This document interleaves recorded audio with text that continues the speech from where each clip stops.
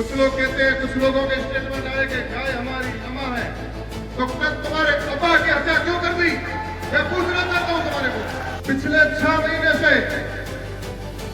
इस जैसलमेर जिले में 6 ऐसी घटनाएं घटित हो गई जिसमें सीधी हिंदू समाज को चुनौती दी जा रही है।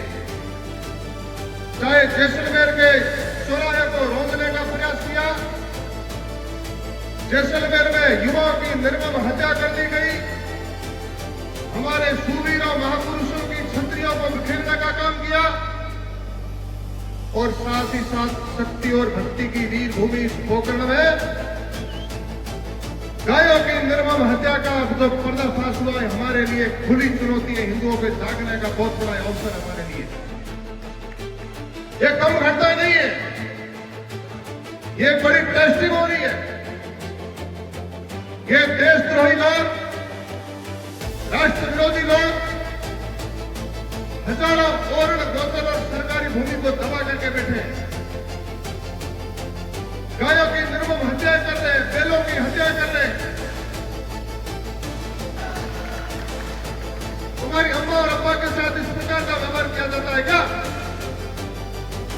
जब डांगरी प्रकरण हुआ, हमारे भाई की निर्मम हत्या हुई, उस समय मैंने वहां एक स्टेटमेंट दिया था कि जब वो हमारे बीच में आता है तो हमारे लोग कहते हैं कि आओ भली करे आए। चैनल को आप इस वीडियो को सब्सक्राइब करें, शेयर जरूर करें। पूरी बात सुने। पोखरण में जो सबसे मंच पर खड़ा में बहुत बड़ी बात कही। घटित हुई नहीं हुई, मैं आपको पूछना चाहता हूँ। अब देख लीजिए उस सेकुलरवादियों को। हमारे लोग कुछ मान लो नेतागिरी भी करना चाहते हैं। मैं राजनीति बात नहीं करूंगा, लेकिन हमारे धर्म के ऊपर चोट करने वाली जब घटनाएं होती है, उन लोगों को मैं कहना चाहता हूं, नेतागिरी भी करनी है तो बेटा बन के मत करो, इनका बाप बन के करो अगर आप में हिम्मत है तो।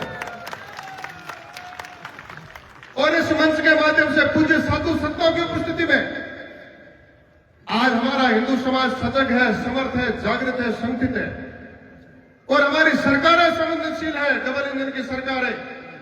एक घटना के ऊपर लगातार निगाह है और लगातार मॉनिटरिंग हो रही है कि इस प्रकार की घटनाओं को हम रोकेंगे, इनको पर लगाम लगाएंगे, कानून के शिकंजे में इनको जेल की शीख्सों के पीछे लेकर के आएंगे। हमारी सरकार कटिबद्ध है।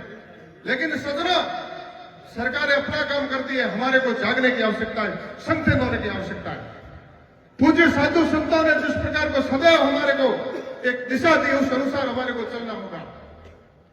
लेकिन मंच के माध्यम से मैं उन गद्दार और देशद्रोहियों को कहना चाहूंगा, हम पाकिस्तान को चुनौती देते हैं यहां से कि पाकिस्तान की सोच करने वाले लोग जो यहां बैठे हैं, उनको मैं कहना चाहता हूं, देशद्रोहियों, हम पोखरण को पाकिस्तान नहीं बनने देंगे और जैसलमेर को जालिमों के हाथों में नहीं आने देंगे। 2.5 साका करने वाला जैसलमेर शूरवीर जो जिला है, नहीं आने देंगे। मैं आपको पूरा निवेदन करता हूं, इस प्रकार की घटनाओं को रोकथाम करने के लिए हमारे को संगठित होने की आवश्यकता है। साधु संतों ने सबने मार्गदर्शन किया और नेताओं ने हमारे को संबोधित किया।